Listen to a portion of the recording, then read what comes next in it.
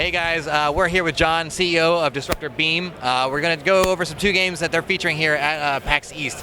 First, I want to talk about a game in its second run right now, the Game of Thrones. Can you give us a little rundown of your elevator speech for Game of Thrones? Yeah, well, so Game of Thrones Ascent is a game set in the world of Westeros, so it's the hit HBO series. 20 million people a week are watching it. Anyway, about 8 million people are playing the game too. So in this game, you are a Lord of Westeros, and you're going to do the backstabbing, the marriage alliances, the red wedding, you're going to help dragons grow up. You're going to do all that stuff you see in the show with millions of other players, and that's what's awesome about it, is forming those alliances. And of course, these are mobile games, so how specifically are they played on, because I don't know much about this game particularly, and I am so sorry, but how would someone who doesn't know anything about it, how would they approach this game? Like, what would you tell them first?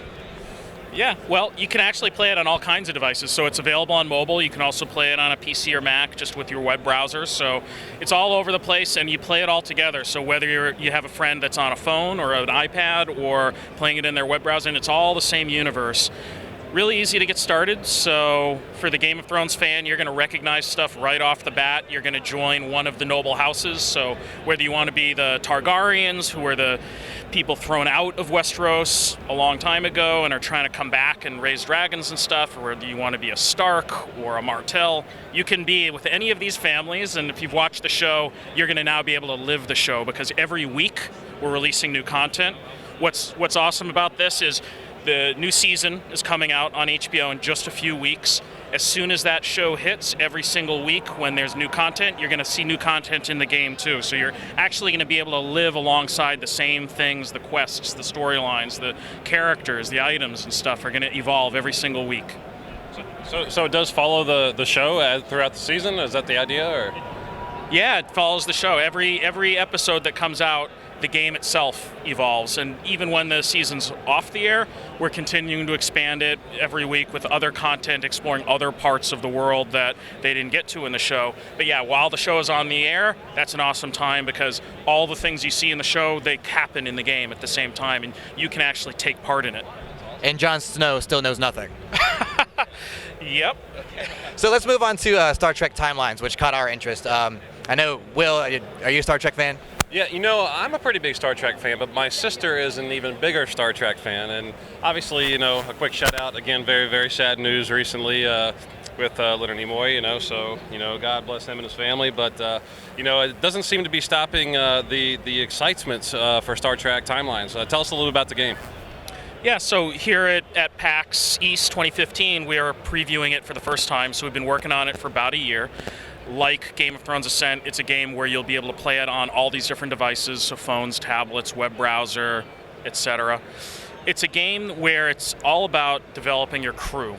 And what's awesome about Star Trek is the huge number of characters that have been on the air, so hundreds and hundreds of episodes.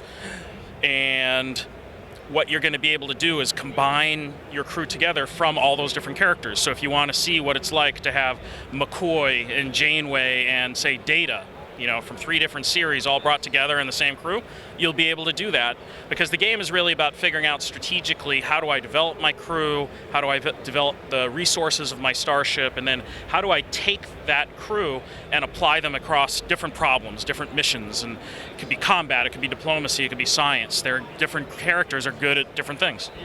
That's a great situation for a lot of Trekkies out there. The dream crew that they always wondered. I mean, how would it? So it's a strategy game essentially, but you could take whatever crews you want and apply that to that situation. It's like these guys could get the job done, but maybe not these guys, that kind of thing, right?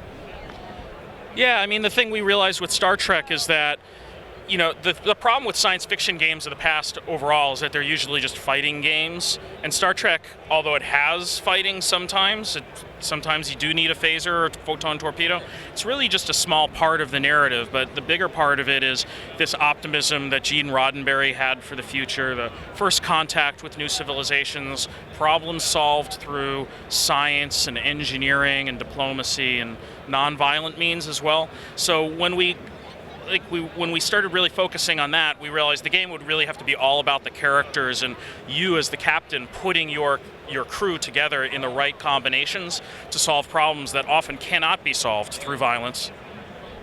So, and this is the first time it's been playable at all, correct? It's the first time we've shown it, yep. So it's been very well received through walking through the halls, people telling me about Star Trek. Wait, I got to stop by the Star Trek booth. So this is actually our first stop of day 2. So that's great news for you guys, and I'm sure you're hearing a lot of positive things as well. Yeah, we're getting great feedback. I think people are really responding to the idea that it's so character focused, so it's about developing your crew. I think they're also responding to the graphics and the look of the game, so we are trying to really push the envelope in terms of what a mobile or tablet game can be. First, it's about gameplay. It's about having the depth of gameplay that I've enjoyed from things like MMOs and deep strategy games over the last 20 years, and that's been a piece that's missing from the mobile game market so far. But also with Star Trek Timelines, we're also trying to do that graphically as well. So you see the Enterprise D, you see the Defiant, you see really great looking planet vistas and Deep Space Nine. All these iconic locations are there in the game, and they look great, and people seem to like it. How long was the game in development for?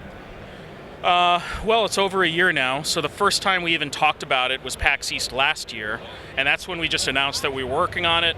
We had nothing to show at that point because it was really just at the idea stage, and we started talking to people about making a character-centric game, and here at PAX people were telling us that, yeah, you guys get it, you get that it's not just going to be about the fighting aspect, it's about the characters. We really took that to heart and said, okay, this is what the fans are telling us, let's make sure we don't get that wrong. Now we're back here a year later showing the first visuals and the first gameplay. Are apparently snaking around our booths, so it looks like we're getting it so far. Now, is there a setting in the game to turn all of the text into Klingon? You know what? People have talked about it. We would love to do that. That would be very cool. Now, Will, I know you have one last question for John here. All right, John, I've got one last question for you. Okay. All right. What is this? It looks like a strawberry to me. All right, everybody, that's John, CEO of Dream Beans, Disruptor Beans. Now that he's agreed with the strawberry crew, I'm kind of upset.